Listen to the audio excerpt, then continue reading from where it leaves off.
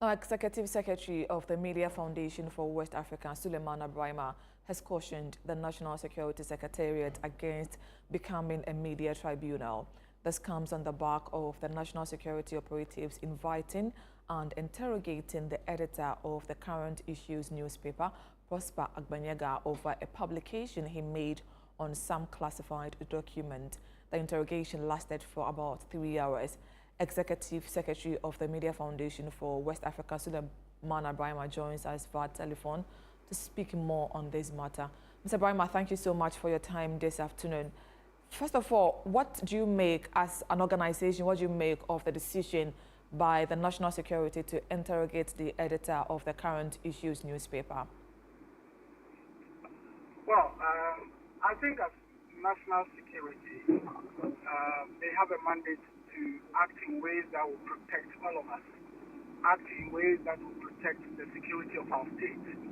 And therefore, we don't have a situation where we would say anybody is above the law. But in the specific case that we're talking about, the information that I have, and of course I've spoken to the journalist, is that he was essentially invited and questioned about the story that he had published relating to a document that ostensibly emerged from national security about the movement of certain ECG containers, as we now all know about this controversial ECG containers. And for me, it's absolutely untenable that national security would invite an editor or a journalist and say, tell us about your story. How did you get your story?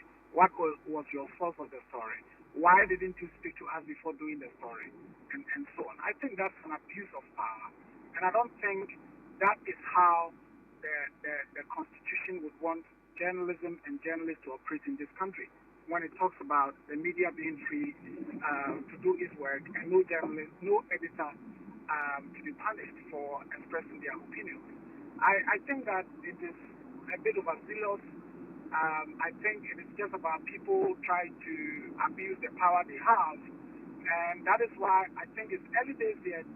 We must clearly send that signal that, yes, national security has the power to invite people, but that power, of course, I think shouldn't be about asking journalists to disclose their sources and asking journalists how they went about doing their story. And I think that's really the main concern.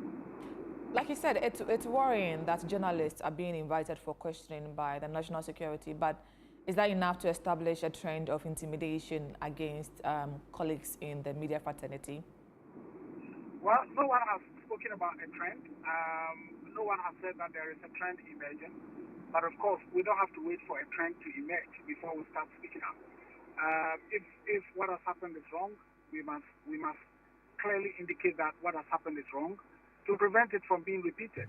Otherwise, then we are saying, well, it's just one incident. Let's see if subsequently other developments or other incidents will happen. We cannot wait for that. What is wrong is wrong. When it happens once, we must speak out against it. And on this occasion, I think that it is untenable to ask a journalist to report. And then when the journalist comes in, not because the person has committed any crime, but it's essentially about the story that the person has done. And the ECG issues are clearly issues of significant public interest. And as I did indicate in my post, I would encourage our media organizations to really give it a critical attention, because the public deserves to know what happened under the previous administration and what the current administration is also doing in relation to that particular matter. Very well. Now, before you go, briefly, how should the media be seen handling issues of these invitations by the various security agencies? Well, I mean, we are not above the law as journalists. First of all, we are citizens of the country, and no citizen is above the law. And so, if you are invited, and perhaps you don't even know why you are being invited, you cannot turn down the invitation. It's important that you attend to the invitation. But while you have a right not to respond to whatever questions they are asking, you have a right, constitutional right to not disclose your sources. If you are invited and all that they want to know is how did you get this information, how did you get national security documents, and so on. When it is in their interest, they use it. When the NDC was in opposition, I think they would have been interested if any journalist was able to come by a document from whether national security or any state agency and do a story that implicates the government. I think they will be happy. And journalists exist not to be cheerleaders of any government, but as mandated by the Constitution, we are required to hold the government accountable to the people. And doing so includes, whatever material that we would have that enable us to do our work in the interest of the public, we should do that.